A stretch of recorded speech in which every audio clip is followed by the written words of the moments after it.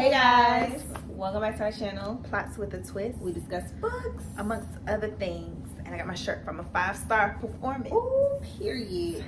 As we talk You know about what 5-star books. So we've been seeing the trend going around where people are going over their 5-star reads for the year thus far. And we're not going to do all of ours. But honestly, our list isn't super long. I really thought I was dishing out 5-star ratings this year, but I wasn't. But yeah, I wasn't either, but I haven't read as many books as you so far. So, but we're gonna just discuss some 5-star books and why you should read them. So let's get into it. okay, so out from my list. Oh, you did all yours from this year? Yeah.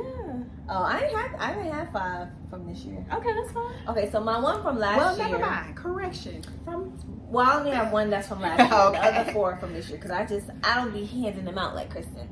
So, my from last year is People Person by Candace Carly Williams. That was a 5-star.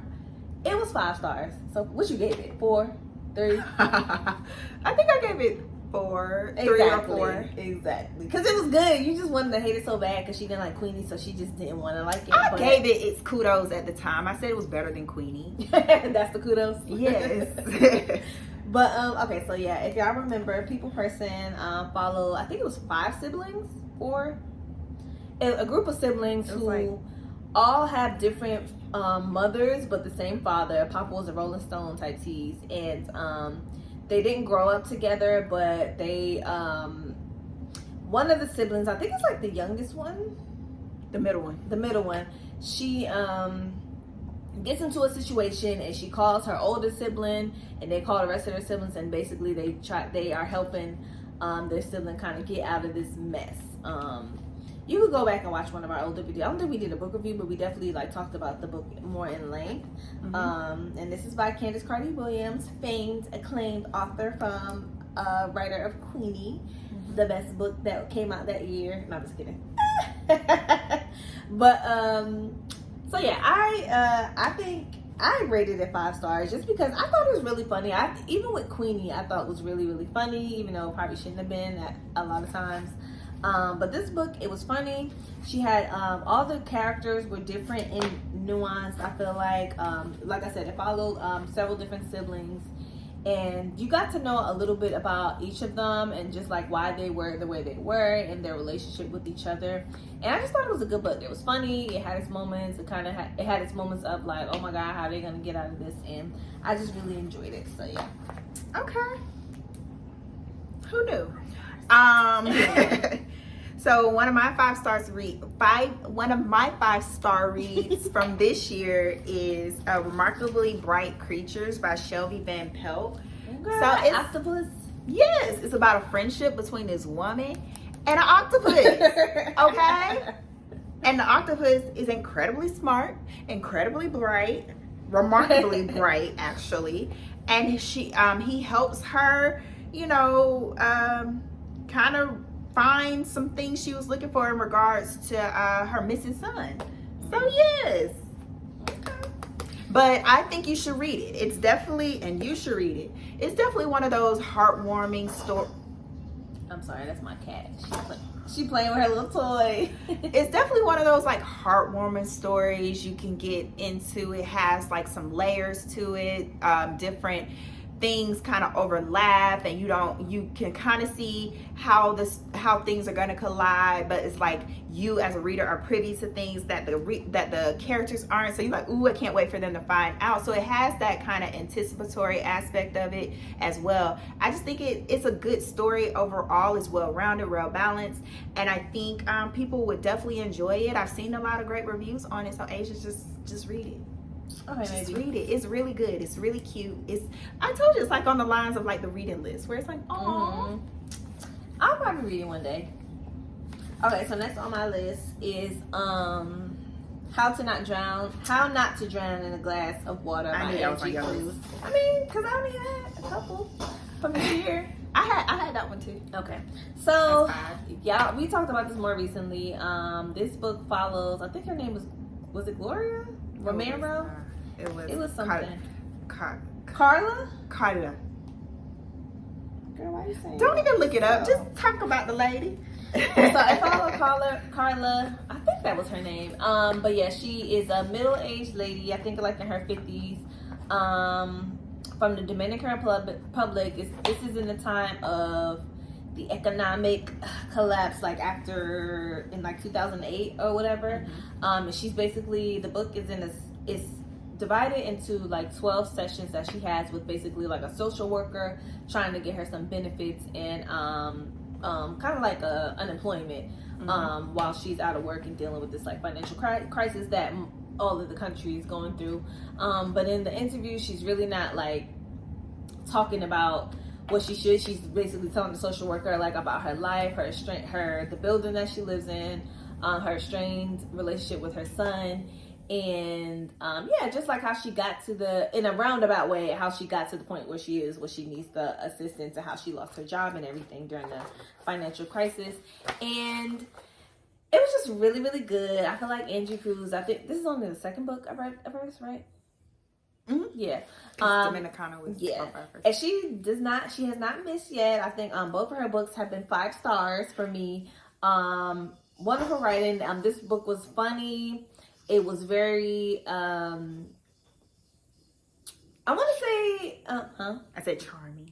It was charming. I think that she writes in a way that you just feel like you personally know the characters that that you're reading about in the book. So I just loved that. Loved everything about it. Very short, but still like it just hit all the points in like the little 200 pages of the book. So yeah. So a 5-star read for me this year, Asia will disagree, was Happy Place by Emily Henry. It wasn't all of that, but it was cool. Okay. So follows a couple that they love that book. Yeah, they broke off their engagement and but still are connected through a friend group and are forced to spend some time together as their friend group is kind of moving away or stopping this annual trip at this particular house because the house is going to be up for sale. And so they're confronted with that and trying to navigate that particular situation while still trying to keep their breakup under wraps. So I like the story of this like broken love, second chance love. Is it going to happen again? It's an established relationship, so it wasn't as much build up. It was just kind of like, where did the break happen in them? And you can very much see they're in love. So you get very much enthralled into their story. And I just really enjoyed it. I like the other aspects she brought into it. She brought much more of the friend group dynamic and you had a better understanding of the challenge and why they were attempting to pretend they were still together, because it did impact everything else that was also their support system.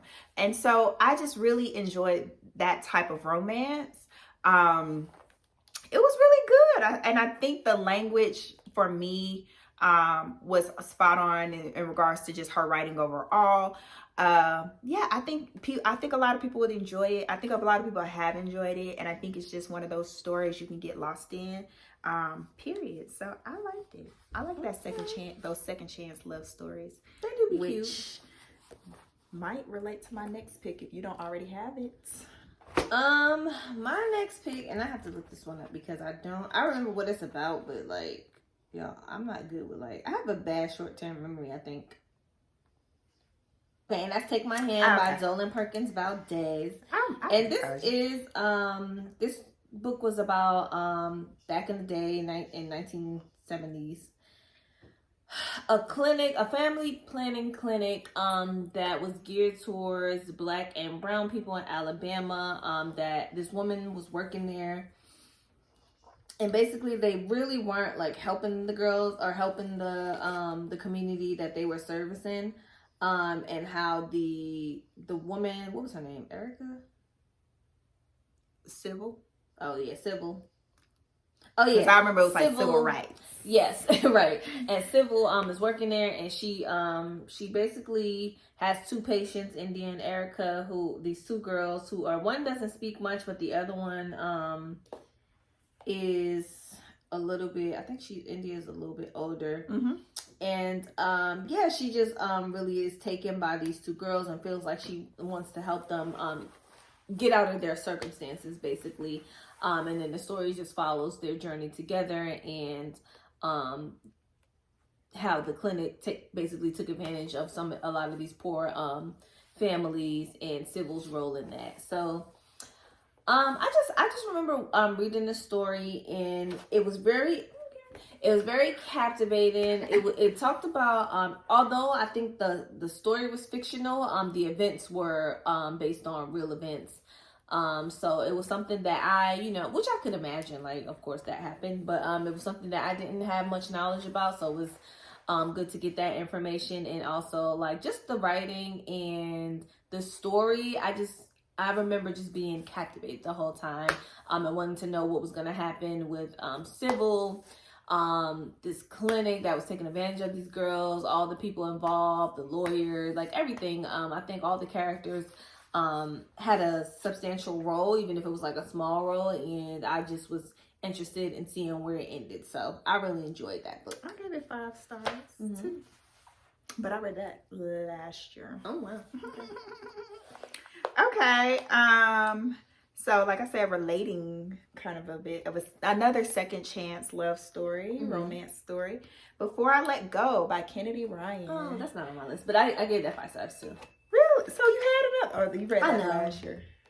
No, I think I read it this year, but I think I just missed it. I didn't want to put it on there. Okay.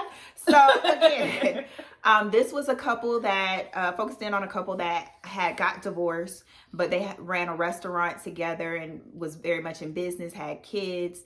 And so they were trying to cohabitate, or not really cohabitate, but co-parent and coexist, and keep every other aspect of their lives intact while their actual relationship was, disintegrating. And so, again, a very tangible, palatable love that is still there and still apparent, but for some reason, things and events impacted them and shifted the dynamic of how they were able to connect with each other, and ultimately led to them kind of going their separate ways. So yeah, I just liked Kennedy Ryan's writing. I think you can easily digest it. You can get captivated by it. It has some steaminess to it, some spice level. I don't know what spice level I would give it, but it had a definitely above a 1-2 spice level. So I just think it's a very enjoyable story that I feel like it's easily 5 stars, and I think people again would enjoy just the overall dynamic of everything that is going on. And I think it's going to be a series, so it's one of those books that you want to know more about what's going to happen with this particular couple. Hopefully the series can continue and keep up with the pace of the first one, because it was really enjoyable and really good. All right, so next on my list is a book that I talked about here recently, and that's did you hear about Kitty Carr? You got that? Did you hear about? Yeah, I did actually. Did you hear what happened to Kitty Carr? I think that's what it's called. And that followed a movie siren from the 1950s, named Kitty Carr. She passes away. Is that how you say it? She passed away, and she leaves her fortune and all her stuff to this family that she's lived next door to for the longest time, that she's really close with. But it's a group of sisters. It's 3 sisters. And she leaves them her money, and they're actresses as well in the modern world. But they are confused as to why Kitty would leave them all of their fortune, all of her fortune.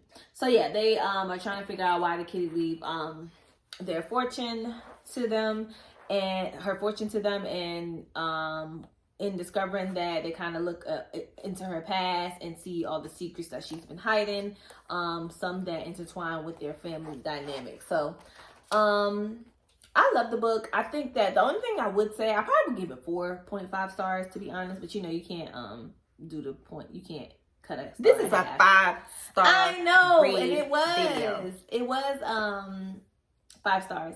But the only thing I would give it, take a little 0.2 star away, is because the ending was kind of I feel like it came at you fast and it kind of ended abruptly. But other than that, the whole story getting up into the end was great. I really enjoyed the back and forth. I feel like sometimes it's hard to go back and forth for like past and present in books to keep the attention or to keep the story flowing. And I think the writer did a really good job going back and forth from the past to the present, from Kitty Carr's life up into the present with the sisters, and kind of keeping you still interested and not confusing you. Okay. And it was a really good story and something that I hadn't read about before, and I thought it was really interesting and I really enjoyed it. So 5 stars. it was 5 reads. stars. It was Okay. It was 4.9. Okay. I feel like you got this one, so let me do this one. Okay. So another one I have, I've mentioned it a few I don't times. have whatever you have. I don't have the same thing. I promise you don't, because the one I have you haven't read. All right, so the next one I have, I guess I can mention both because these are all my 5 stars for the year. So, Mahame Oh yeah, I by don't think I Jessica picked that. George. Let me see. Go ahead. I'm sorry. Continue. Okay. I gave that 5 stars. I think it's a very enjoyable read. Focuses in on a young lady as she's grappling with her life decisions. She's a late bloomer to the game. Want to experience a lot of things that her friends may have experienced, but she's kind of very much rooted in taking care of her family. Her mom kind of left her that responsibility unfairly. She's taking care of her dad, who's ill. And just really trying to be there for everybody but herself. So she goes through a lot of changes especially when she attempts to, start to do things, and tragedy strikes and she starts to blame herself, and just really doesn't have a good way of navigating through the situation where she feels like she's to blame, but honestly, other people around her could have done a better job. And so I thought it was a good story. I think it handles the conversation of like mental health and like work-life balance, not even work-life balance, but like just balancing out your family, setting boundaries. I think it handles that conversation really well in a kind of humorous way. It's not overly humorous, but it's definitely there. So yeah, I just think it's a good story that anybody could really enjoy and really relate to, especially if you are someone who wants to help other people and be there for other people. So I think a lot of people should read the book. I don't know if that's Jessica George's first book or not. I hadn't seen any other book by her, but I also didn't go looking. But yeah, and I had a toss up between that and Honey and Spice, which I guess is not a toss up because we're talking about the 5-star reads we had this year.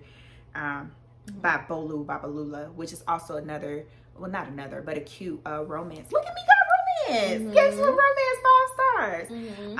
A book about this girl in college and just dealing with another student who's also like has similar interests, and he thinks he's all that, but they're kind of breaking down those stereotypes or perceptions they have of each other and finding that they can connect in a way that's like, oh yeah, we might like each other. So very cute story. So I had those both. I guess I wanted to create a build up to my last 5-star read. Okay, so my last one is something that I literally just talked about in a video that you'll probably see before this one, which is our wrap up in TBR, because I just read it. And that's The House of Eve by You got Samantha it 5 Johnson. stars? I gave it 5 stars. I really enjoyed that book. I thought it was really good. It was about the 2 girls. One is in college. Well, one is in college in Howard University in 1950s, and she meets the love of her life. And she comes from kind of like, simple family, and the love of her life comes from like rich people, and his family is not accepting of her, and so she's kind of like working to be accepted by his family. And then the other girl, Ruby, she is a young girl in a program getting her ready to go to college and complete all her dreams, but she comes from a family that has a lot going on. And she falls in love with a boy that kind of like, in their love affair, threatens her future basically. And these 2 women cross paths in an unexpected way in the book, and it was just a really enjoyable read. I really enjoyed it. I think that even though I mentioned before, like the ways that they collide, you kind of suspect it as it goes on. It doesn't really ruin anything for the story, but it was just I don't know, it's just really, it kept me interested the whole time. And I don't know, I think that's how I judge books. Like, if I can be interested the whole time and it's not really like a slow story to build up, or kind of like dwindles down and you're disappointed, then it's a 5-star for me. I just really enjoyed the writing and the plot overall, and yeah, I loved it. So 5 stars. Okay, so I really thought I would have had more 5-star reads this year, but I didn't building up all this drama over this book. But this is a book that everybody and their mama but Asia has read, and everybody and their mama has said this is a 5-star read. So I don't understand why Asia hasn't read it. Go ahead and pull out your pen and paper. Go ahead and add it to your TBR, because you had some space. You had some space on your TBR, quite honestly, and this will fill that gap for you. That is Fourth Wing by Rebecca Yarros. Oh, it's already saved to my script. So read it. It's 28 hours. But when I tell you, you do not realize it's 28 hours. I know. You literally do not realize. Like, it is easily a though. book you get lost in. I was like, oh my God, this book is like so overhyped. What is this? Like, oh my God, y'all love to hype these fantasy books. I listened to it. Okay. And I got through it in a quick time for me. I might start it today. Well, I'm at work today, so yeah. I literally, and this is why I say it's 5-star. Like, I'm not a person, like, I give into the hype, but I also still go in reluctant. I want to be like anti-hype. Like, I'm gonna read this book and I'm gonna find out y'all lying. Y'all lying. And I was like, okay, y'all not lying. So this is a book that, and I think we talked about, because I seen the trend, like, books are overhyped, adequately hyped and underhyped. And this is a book that I feel like is adequately hyped, because it just has a lot of things. So it focuses in on this girl, Violet. She's just navigating her life as a dragon rider, even though that's not what she set out to be. And it's a very dangerous task to take on, and ultimately she's met with, you know, kind of these life-threatening things every step of the way. But it's also got this fantasy element, but it has this romantic elements. It has, you know, kind of will they won't they elements. It has this love triangle. It has maybe friends turn enemies turn friends, maybe friends turn enemies, you know, or enemies turn lovers. That's what they call it. And lovers turn, I don't know, but it has so many things that people are like, oh, I like this, I like that, I like this. And the windows open in the bathroom. Excuse that. But it has all these things that you hear about in all these like fantasy books, but it's just done really successfully. And I think it's definitely one that deserves 5 stars. I think it's definitely one that everybody should read. And she has the second one coming out soon, and I'm really excited to read it. Oh, it's a series. Okay. But once you read it, you're gonna be like, oh yes, I need that second one. I think I'm gonna start it this weekend. Like, I've seen videos of people filming themselves reading this book, and like when they got to the last chapter, they're like real time reaction, and it's kind of like I'm right there with them. So I think, you know, I feel like, of course, there is a subset of people that's like no, but I surprisingly didn't fall into that subset like I normally would. I feel like, or like I try to. I try to be anti. I promise you, I try to be like, I ain't like that book. But no, that one is 5 stars for sure, and definitely deserves it. Okay. All right. A lot of 5-star books. So yeah, I thought, but honestly, I thought I would have more, because this year I was trying to be a little bit more like on Asia's train, and like, you get a 5-star, you get a 5-star, you get a 5-star. But this year, honestly, I gave a lot of 4 stars, and so yeah, I'm gonna start getting back strict. I'm gonna get back. I am still kind of strict, but that was my whole 5-star. We was starting with just thinking about just, oh, what's 5-star books like we normally do. But no, I ended up writing all my 5 stars, and that was all of them. So, all right, let us know some of your 5-star reads you've read this year, or even last year, like Asia. I mean, someone could want to read it this year. People don't read books when they come out. I know I don't. Really true. So let us know some of those. Let us know some recommendations that you thought were 5 stars as well. Like this video, subscribe, ring the bell, and we'll be back next time. Bye.